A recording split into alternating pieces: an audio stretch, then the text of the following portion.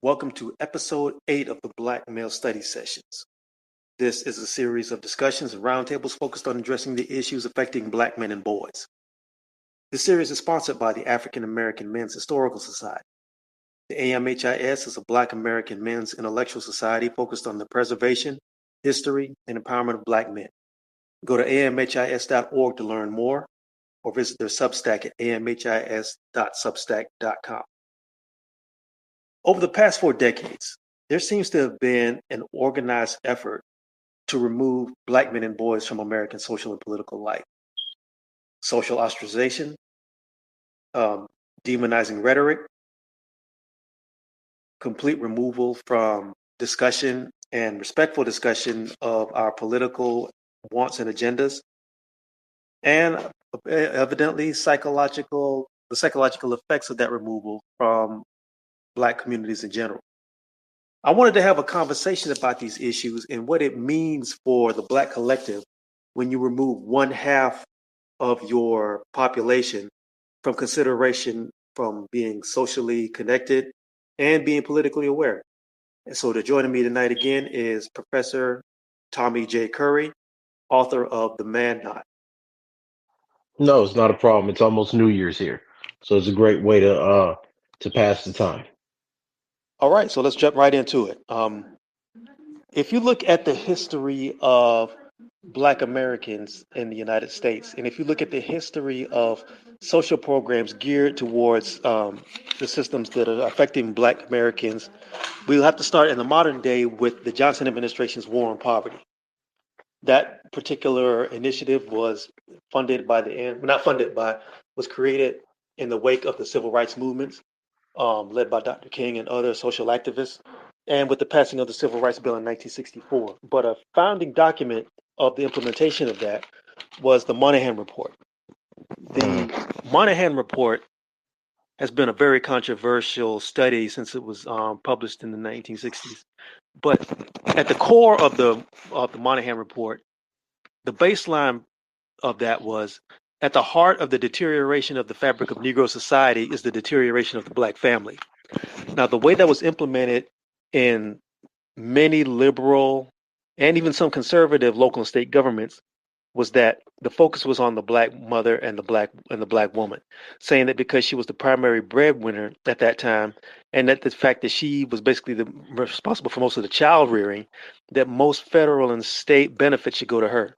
What that did was it inadvertently created a situation where fathers were, if not officially, but unofficially removed from the home, because the way it was implemented was saying that if you have a man in the house, that he should be the primary breadwinner, not taking into consideration the massive underemployment and unemployment of Black men. So that set the stage for Black men being removed from the home. And what I love to get from you, Dr. Curry, is what is your thoughts on that? Do you think that that was the beginning of that phenomenon, or was it just the government sponsored beginning of that phenomenon? Well, I think historical context is really important. I know the Moynihan Report has been a talking point for white liberals and Black feminists for the last several decades, but a lot of what is said about Moynihan is decontextualized. So Moynihan's mentor was John Dollard, and I've mentioned him before because he wrote this book, Casting Class in a Southern Town.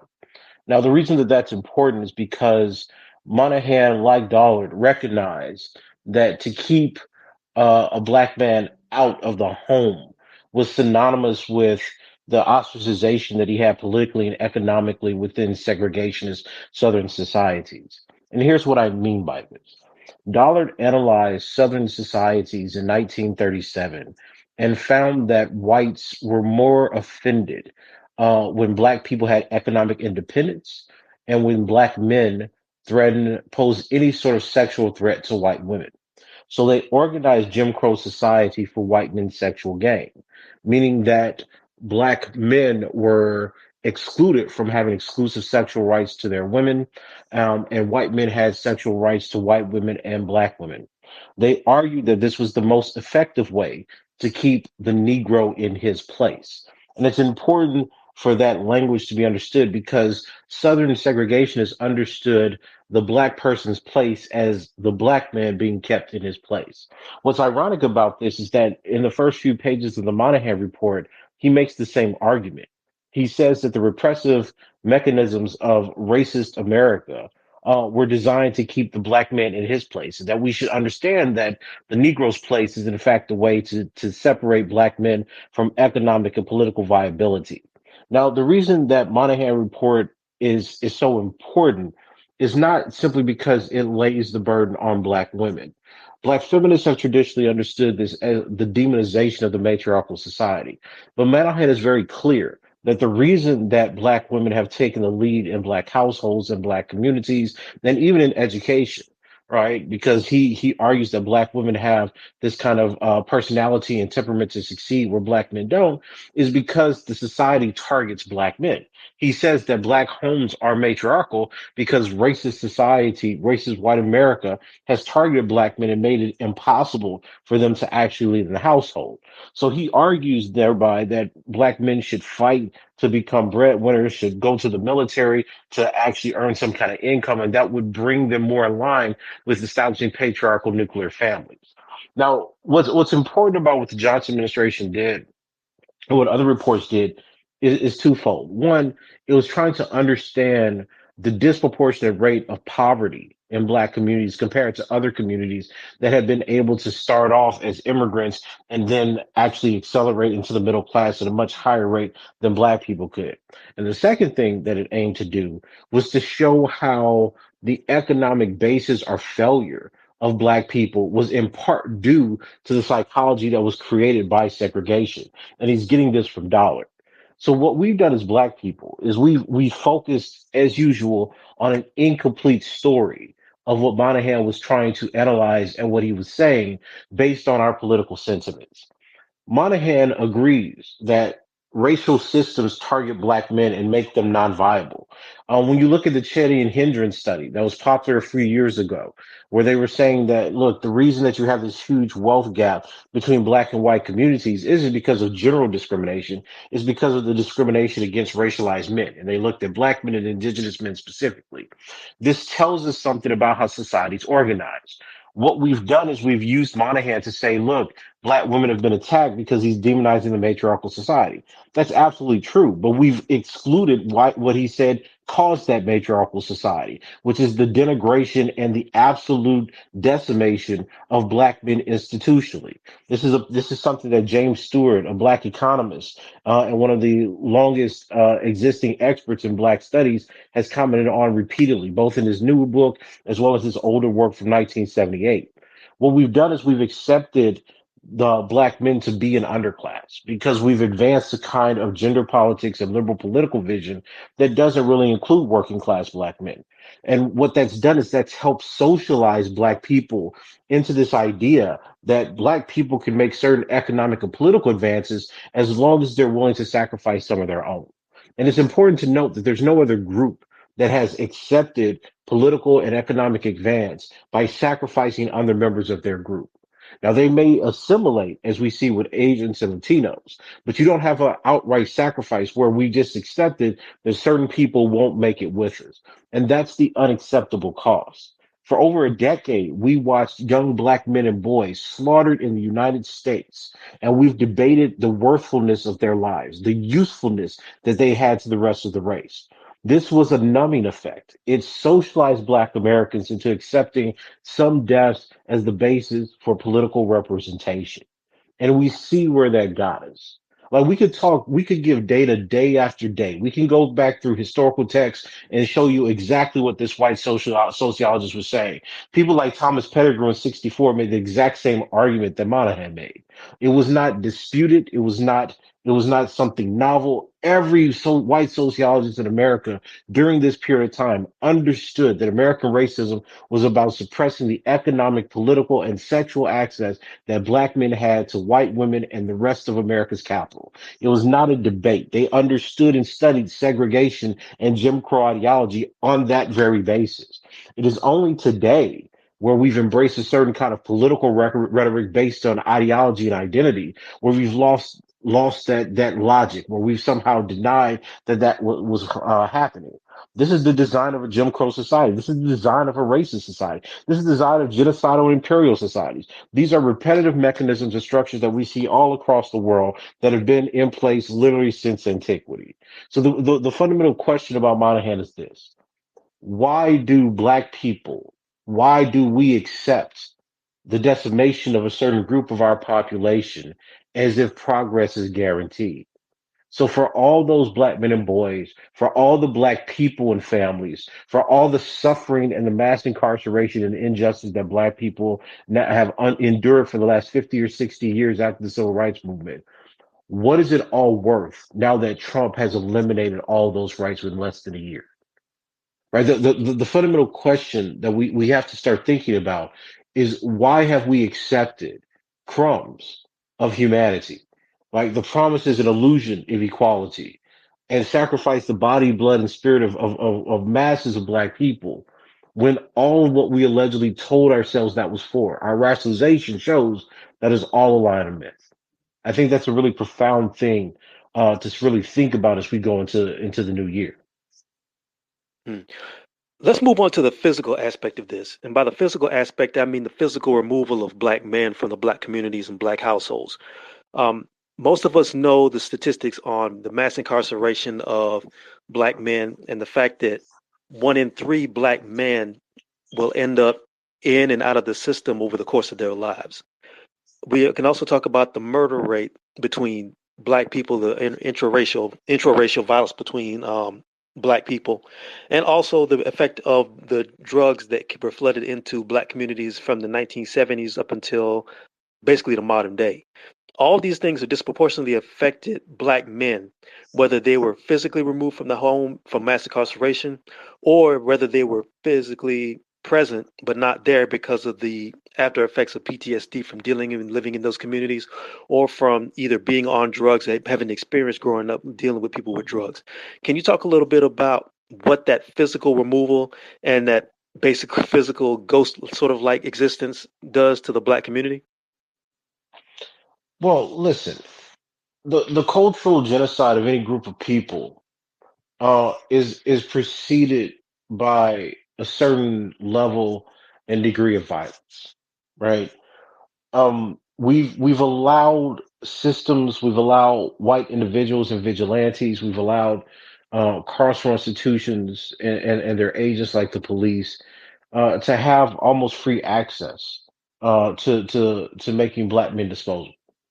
So when you've had welfare policies that made sure that black men were not in the home, you've created a system where you've made the symbolic father, so to speak, right, the authority figure, the government, and white society, specifically white men.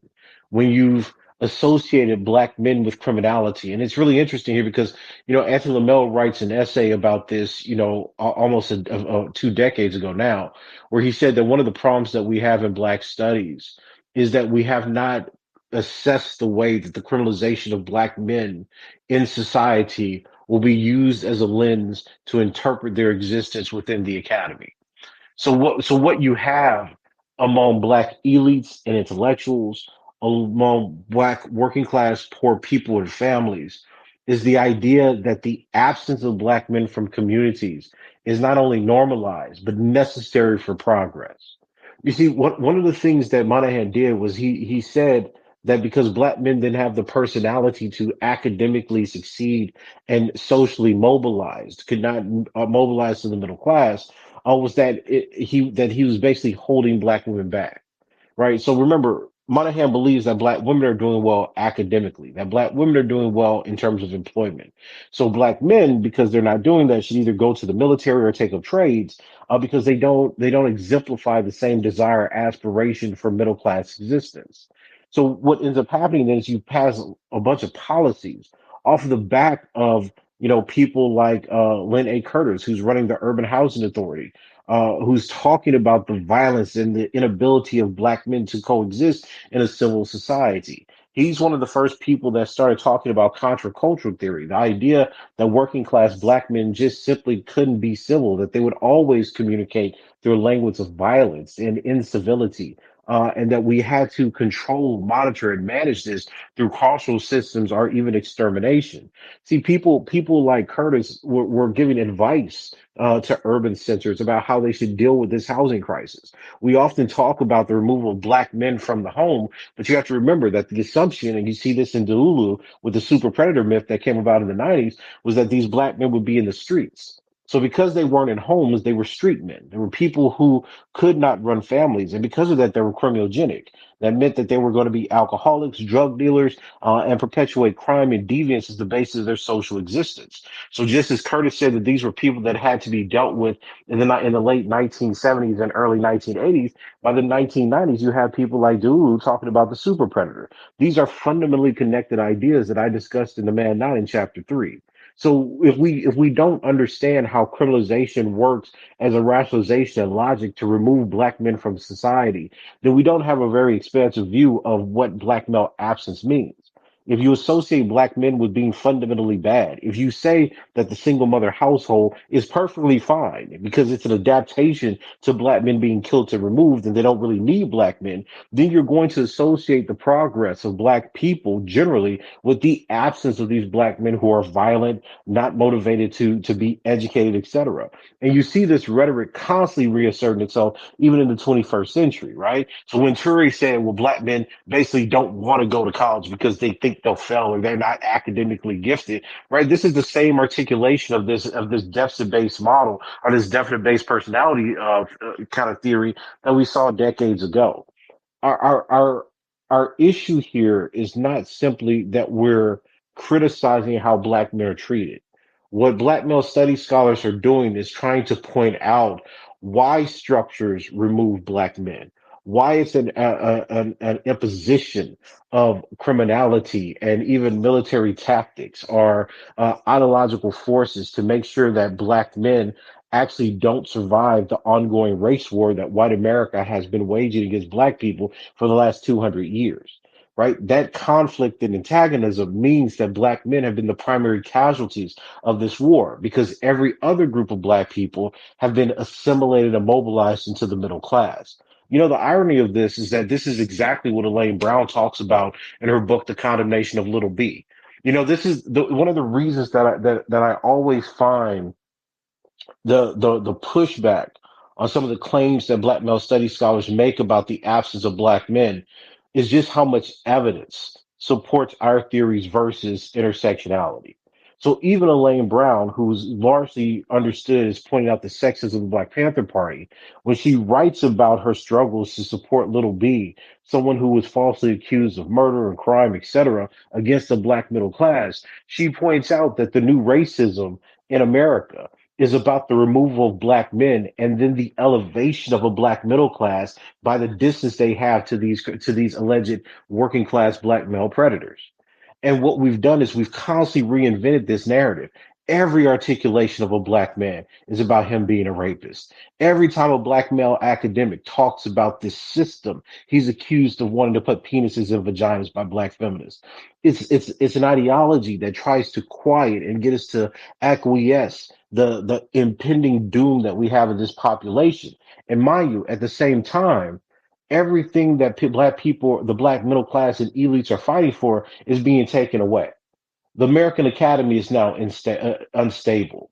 Black people aren't safe there. The government, right? The artificial elevation of black women by affirmative action preferences that liberal whites bought into under the intersectional epoch. Those are all gone. You see black home ownership decreasing, black economic gains decreasing. So we've engaged in a battle between our own group that has no reward at the end of it. So the absence of black men was the beginning of this kind of signal of how we've internalized the dehumanization of our own people for our alleged political and economic gains that are completely erased at this point. I'm glad you brought that up. Before we move on to the next part of this conversation, I want to do some quick house cleaning. Um, the Black Male Study Sessions are brought to you by the African American Men's Historical Society. Again, the AMHIS is a Black American men's intellectual society focused on the preservation, history, and empowerment of Black men. Go to amhis.org to learn more or visit their Substack at amhis.substack.com. And Dr. Curry, what you just said was a perfect segue into the next part of this conversation. how black men have been separated from black men and black gender nonconforming people politically. There was this, but I don't know if you could call it a movement, but there was this sort of groundswell of negativity toward black male voters that began in the 2020 election and really culminated Hmm. in the 2024 election. It was something that I called the Blame Black Men campaign. And this was when you had black pundits, people like Zerlina Maxwell, you had celebrities like Janelle Monáe, who basically lumped black men in with white conservative men and white conservative women as people who were going to be hindrances to the advancement of black people in general as a whole politically because of the election of the candidacy of Kamala Harris and the 2020 election in general. What's ironic about that is that black people generally vote as a bloc. There is very little separation between the way black women vote and the way black men vote. But it was interesting to me that this Blame Black Men campaign kind of started as a groundswell on social media around the same time that you saw more and more black men and some black women discussing political independence, either through the Sanders campaign or voting for independent parties because they were dissatisfied with the Republicans and the Democrats. Can you talk a little bit about how this ostracism of black men politically and also the disrespect and disregard of issues that are pertinent to black men was fomented by the academy and by political pundits who are black but don't even have any sort of understanding of what it looks like to be voting as a bloc or having some sort of political nuance? Well, listen, I think we have to deal with the facts first, right? The facts of the matter are that black men are the most progressive voting bloc in general, and I want to be specific here. I do not assume that progressivism means voting for the Democratic Party. Listen, I think that the campaign is based on a disciplinary mechanism where black men are thought to be the scapegoat of every political issue. Now, because the liberals have done a very good job with making sure that we only understand black progress as linked to the Democratic Party, we've made black votes for the Democratic platform and candidate synonymous with progressivism. And there's nothing that's further away from the truth. Black men have voted for the best interests of their group. Whereas what we see with these kind of liberal pundits is an argument that seems to only advance the interests of sexual minorities and women at black men's expense. So take, for example, the way that black men reacted to Hillary Clinton. When black men talked about the support for the crime bill and the way that they were discussed as super predators, that did not gain popular conversation. It didn't become the basis by which black men could be an issue based group that said, look, there may be issues with the Democratic Party candidate that we need to depart from given our particular experiences and the consequences for our group. So black men's political choices are always demonized because if they don't align with black women's, then they're immediately condemned as being misogynistic, sexist, etc.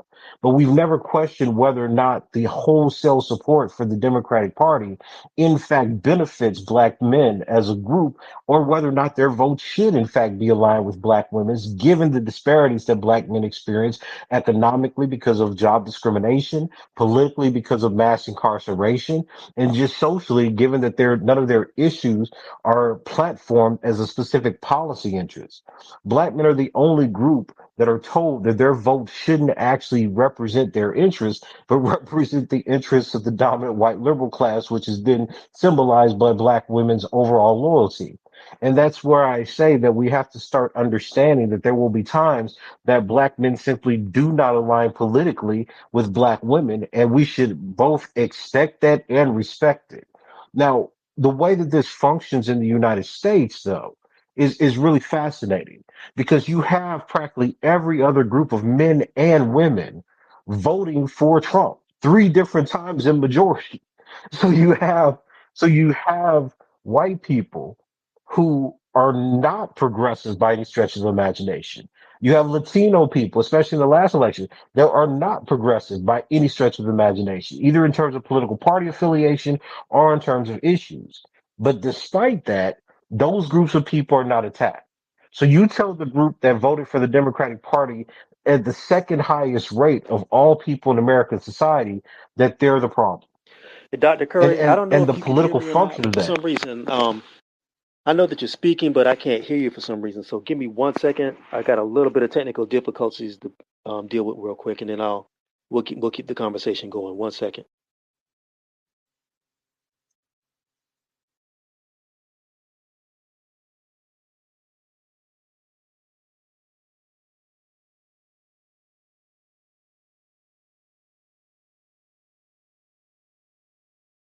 And apologize, everybody. My apologies.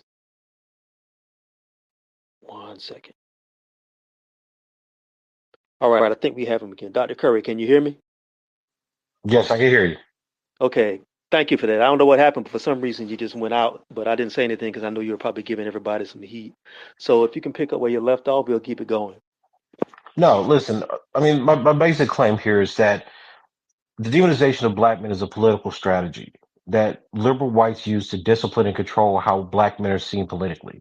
It makes it so that any time black men talk about their specific issues, it's seen as anti-progressive and misogynistic, not because it necessarily doesn't benefit or harms black women, but because it's not in line with black women's political posture. So any deviation from black women's political posture on issues that the Democratic Party decides to platform is seen as sexism, misogyny, and a moral condemnation of the black male vote and black male issues. Now, this is again a way to control and manage the black male population, right? Well, instead of black people presuming that voting Democratic is the progressive vote, we need to start asking ourselves, how does this benefit and prop up different aspects of white supremacy? I'm sick and tired personally of hearing that the Democratic Party is the best safeguard for black interests. If the Democratic Party cared about black people, then the surrender of our civil and human rights under the first year of Trump wouldn't be possible because it would be encoded into constitutional amendments. It would be encoded into policy that can't be changed simply by canceling programs, right? Our rights have always been precarious in the United States. They've always been precarious based on our allegiance to the Democratic Party. And now that white supremacists and conservatives are in power, we pretend that this is the heyday. This is the day that we should have all feared because we didn't vote for Democrats. What we should have feared was having black people fundamentally dependent, having our economic, political, and civil futures dependent on the party that we had to renegotiate with every 4 years. Either black people have human rights that are guaranteed by the Constitution or by the will of God, if you go that direction with natural law, or we don't. And insofar as it's been demonstrated that we don't, we have to start questioning the political allegiances and the votes that we're casting for groups of people who ultimately want to discipline and manage us for their own political interests. All right. I want to move into the psychological effects of all this because we're almost 70 years down the line from the Civil Rights Act, and we're also about 50, 60 years down the line from protests having the public consciousness of America and the world, not counting the recent BLM organization. We've had generations of children grow up without fathers, fa- sons and daughters. We've had wives taking on all the burden of child rearing and its attendant stresses. We've had resentment. We've had the space where black men, even if they're present in the home in certain instances, have no voice in child rearing or in even being partners. Can you talk a little bit about the psychological effects of all this erasure of black men and what it's doing to the community? No, listen, I mean, it decreases the morale of the community because it means that black men are the pool of negativity and death that everyone wants to try to avoid. Right. Look, we see this in formerly colonized societies all the time, right? We've seen this in South Africa. We've seen this throughout the global South, where there are questions of violent men within townships, because becomes the focus of conversation among black people who want to assimilate and rise up institutionally within a neo-colonial or post-colonial society. See, there's nothing new about this. I mean, even Fanon talks about this in terms of the North African syndrome. We understand what happens when you colonize a group of people and make them learn your language, your religion, and your economic and cultural system. Now, there's nothing debatable about that aspect of enslavement, colonization, or even post genocidal societies. What black people are experiencing in America right now, I think is a little different. I think black people had accepted the conditions of their own dehumanization because we coped with it. We accepted poverty. We accepted that for many groups of people before Obama, we accepted there would never be a black American president. But then when you got the symbol of it, right, it sustained a notion of hope. You know, Derek Bell talks about this in Silent Covenants that for black people, the symbols of hope mean more than material conditions because it gives a purpose to their suffering. It's part of the Christianity and the redemptive narrative that we have. So what we end up doing is we socialize ourselves, we socialize our children, we socialize our people to understand that we suffer now for a possibly better day. And one of the ways that we suffer is to have young black men and boys die. We've accepted and rationalized that eschatological problem as a political one. We've said that their deaths mean something, either our progress, because we are now, right? And you see this language constantly, throughout intersectional theory, right? That you see this language where, black women are freed, right, from the burdens and the dangers of black men so they can elevate and represent the race. Or we take this other view that I think you saw during the election that said that, look, without black men, we have stronger leaders and stronger alliances with white liberals because white liberals are not very fond of black men politically or socially, right? They fear them. So both of these ways are ways that we've psychologically adjusted to a very real problem, a material condition where black people, especially black men and boys, are killed. And again, the issue, I mean, if you think about what's happening among black intellectuals and academics, okay? We've had 40 years of an intellectual posture that negates every piece of research, right? So think of it. So we're not having, when you see these debates on Twitter, when you see these pundits like debating over the deaths and murders of black women versus black men on television, when you see these talking points, you have to remember that these are not points based on data. These are not points based in evidence. Hell, I mean, the Washington Post has been cataloging black people shot by cops for the last decade now. It's not like these are numbers that are even close to being equal. We know as a matter of fact that the majority of people incarcerated, killed, etc., shot by cops are black males. Right? Period. That's it. That's a full stop. There's no debate on that. But what we've done is we've used different intellectual and rhetorical devices to negate the significance of that finding. So you have over 200 black men killed in a year versus say 10 or 20 black women. And we argue about what does it mean to give attention to the black men that are killed, right? See, we are advancing as a group based on tropes, lies, inventions that get us to accept that certain people are going to be there and certain people are not. And that becomes the basis of black political theory. Right. You see, when white conservatives wrote Project 2025, right, they're very clear about the mechanisms they want to use for the white race to resume power, leadership, history, control of the economy, control of states, etc. For them, politics is about a manipulation of power. For black people, black politics is how do you get a proximity to power, accepting that you're going to have to accept some groups of black people are going to die or not make it. We accept poverty, dehumanization, and death as the basis of black political theory.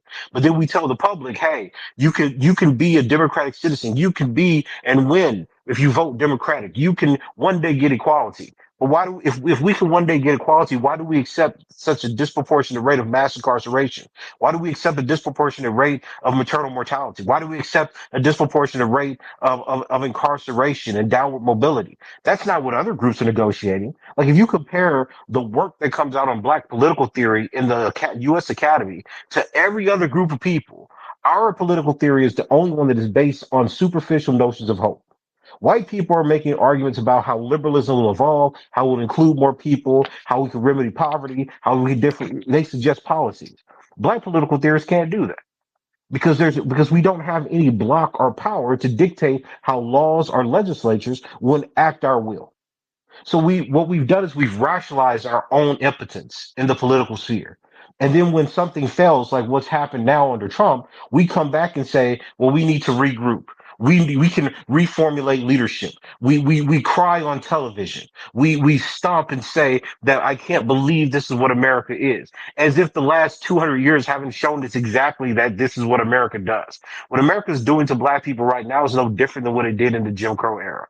The exact same stories my mother and father told me about living in Lake Charles, Louisiana, fighting segregationists is the same argument we're having right now in Louisiana and Texas about gerrymandering. White people have the power to control the will and and destiny of the political process. And black people, like Derek Bell says, are third party witnesses or observants to what two groups of white people are doing. In this case, white liberals versus white segregationist conservatives. At some All point, right. we have to get tired of this, right? At some point, there has to be a limit where black people say that our hope and our belief in symbols cannot substitute for material opportunities and equality. All right, Dr. Curry. The title of the space is When Black Men Fall, We All Fall. So I'd love to get your thoughts on, let's just say the worst case scenario, the black men are completely eliminated from American society and black society completely.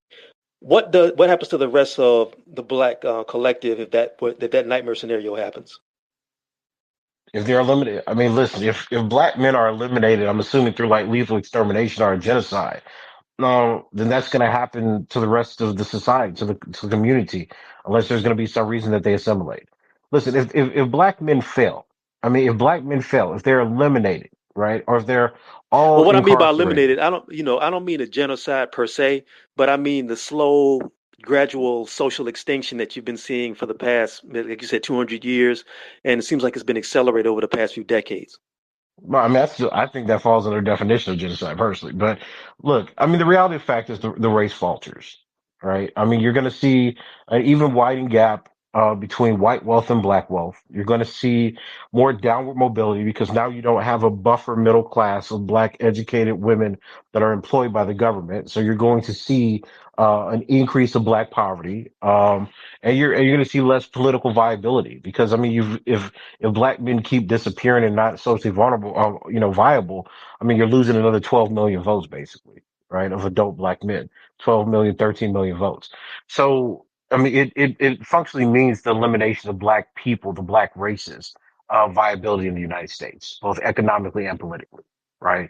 And I think that what we've done, and this is the fault of previous generations. What we've done is we've socialized a kind of ethos, which has allowed us to mistakenly assume that we can make it both without each other, and secondly, that we're better off without one half of our racial group. And there's not a single racial group in history, not one, that's ever succeeded given that logic in those conditions. So, listen, we're coming into a new year.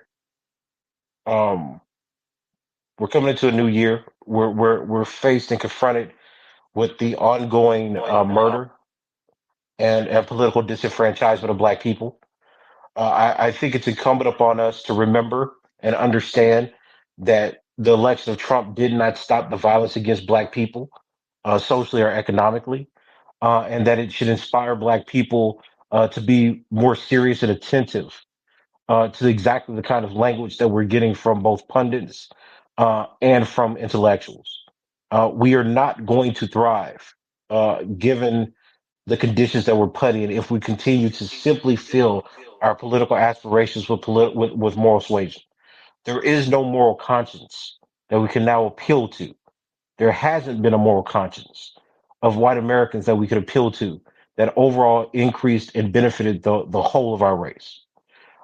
So our responsibility as intellectuals is to understand and expand the science that can diagnose the conditions of our oppression and dehumanization. And politically is for us to become more acquainted with the ways that we can gain resources and manipulate the systems to protect the rights and attenuate some of the harms that are being imposed on our people. This is not going to be a victory song that allows us to wave a magic wand that solves all the problems. This is going to be the restarting of a new battle for civil rights. It's going to come at great cost. We will see more black people die. We will see increases of poverty, and we'll see less empathy from the rest of the world given the situation that we're in. Because now white liberals are focused on themselves. So every generation, every century starts over. And that's just where we are right now. All right, Dr. Curry. I know you're working on a tight schedule right now, especially with the time change. We got about 10 minutes left in the conversation, but we're going to bring it down really short. If you have a question for Dr. Curry, please put your hand up. And Dr. Curry, do you have quick time for like a brief Q&A, maybe two or three questions Yeah, tops? Yeah, that's fine. That's fine. Okay, so if you have questions for Dr. Curry, now is the time to put your hand up so I can see you. So if you have a request, do it, come in. And I had to do this last time, so I had to make it plain now. Ask Dr. Curry a question. Do not make a statement. Ask him your question so we can move things along. So I'm going to go to the people who are already formally requested and put their hand up, and then we'll go around, make it quick, make it one question, and then we'll move on. And the first person I'm going to bring up is Kwasi Sampson. Kwasi Sampson, you have the microphone. What is your question for Dr. Curry? Hello. Yes, you had the floor. Hi, this is Quasi Sampson. Big fan of you. Thank you, Dr. sir. Curry had a quick question. I'm going to develop the theory, but my theory is that race is one of the weakest bonds amongst people. The strongest ones are either bonding through country or religion. Um, what are your, we're saying we're black and we got to get together, got to stick together, we got to move as one. What do you see that we should be bonding amongst, using as a method? I'm not saying the proper words because I'm trying to get it out quick, but what do you think black people should bond amongst themselves so that we can start moving as one? Well, listen, I understand your point. But let me make two really quick responses. The first is I understand why you would say that race happens to be one of the weakest bonds.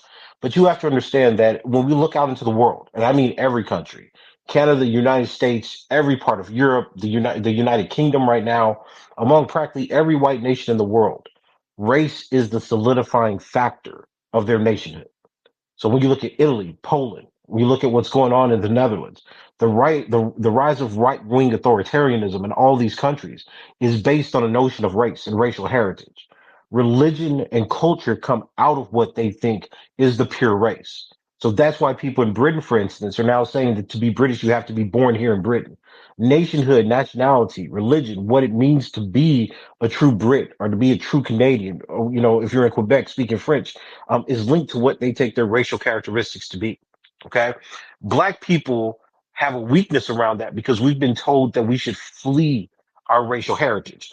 Blackness is something that stains us. It's something that takes us away from humanity. So we've spent the last several decades fleeing from our blackness. We've had no national character. We've had no clear cultural artifacts that we can truly call our own. We've been taught to hate ourselves. Hell, most of the Black Academy is writing to escape and get distance away from what it takes to be the mongrels of its own racial group, which are usually considered poor working class Black men. So I don't necessarily think that race is weak. I think that if we're bonding over anything, the most practical thing is the fact that America has now made us all the same once again. We've returned back to the segregation of rationalization that if you're black, you're inferior to whites. That is the most practical political sentiment that anyone could agree to. Listen, when the Holocaust started, there were different classes of Jewish people. There were different religious affiliations of Jewish people, right? But when the Holocaust started killing all Jews, they understood that they needed to have a form of Jewish solidarity, which is why you have a Jewish history, why you have a collective assertion of a Jewish state. But black people will sit here and be killed, will be disenfranchised, be disempowered. And you have white people saying, as black people, you will no longer have these positions, and we're still fighting amongst ourselves about identity, right? It's an ahistorical and it's an invented problem of a people who have been colonized and trading off, right? Trying to flee from blackness as the basis of political mobilization. All right, let's go over to. We're going to take two more people, and then we're going to start winding it down. Let's go to Texwell, and then we'll go to El Janelle. So, Texwell, the microphone is yours. What's your question for Dr. Curry? Again, make it in the form of a question and make it quick. All right, Texwell, the mic is yours.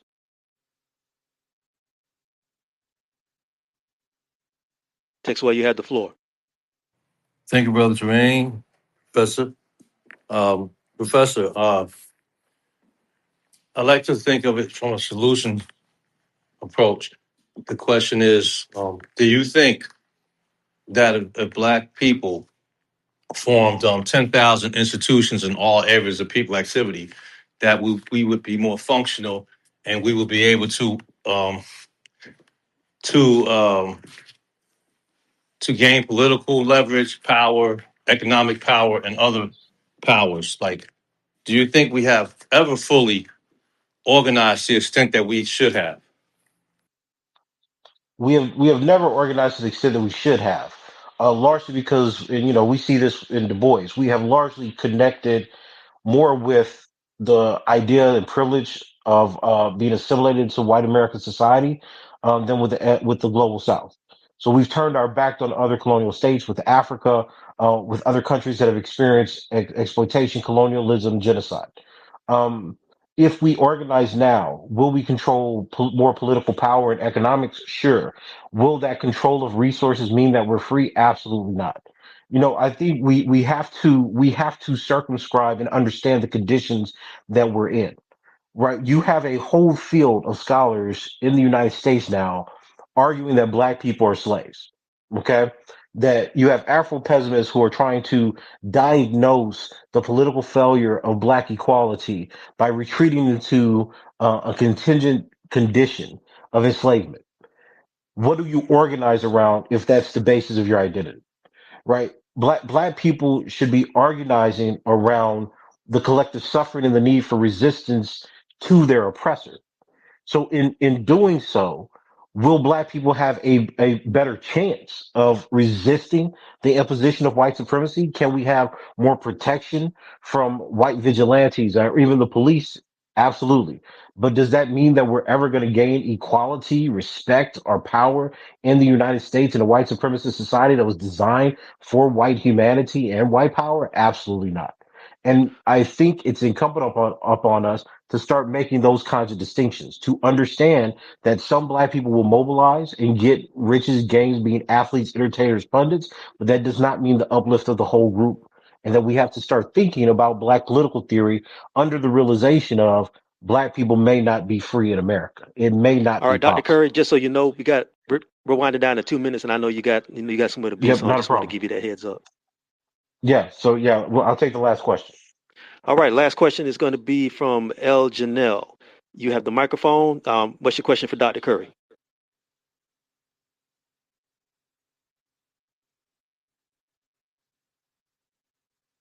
Janelle, you have the floor. Oh, hey, sorry. I guess it's like a time lab. Hi, I wanted to say hello. Thank you for letting me ask a question. Yes, Professor ma'am. Curry, I am new to you, but everything I've been seeing so far, I've been highly entertained. I had two questions, but I know Terrain said only ask one, so I'm going to go for the technical one more so than the anecdotal one, but I wish I had time for both. I noticed you said earlier that the black male voting bloc is the most progressive, and I was like, I didn't know that. And then you said, and I don't mean necessarily Democrat or Republican, so I imagine that you meant like the most forward thinking, the most like ready Sis, for a change. okay, But can you get to your question, sis? yeah, it's right here. But I was wondering if you could give me some examples of those progressive votes, because it sounded like you said even like the people voting for Republicans were also considered progressive. So like, are you saying like the black men who were in this last election saying that maybe we should go for Trump? Are you counting that as progressive?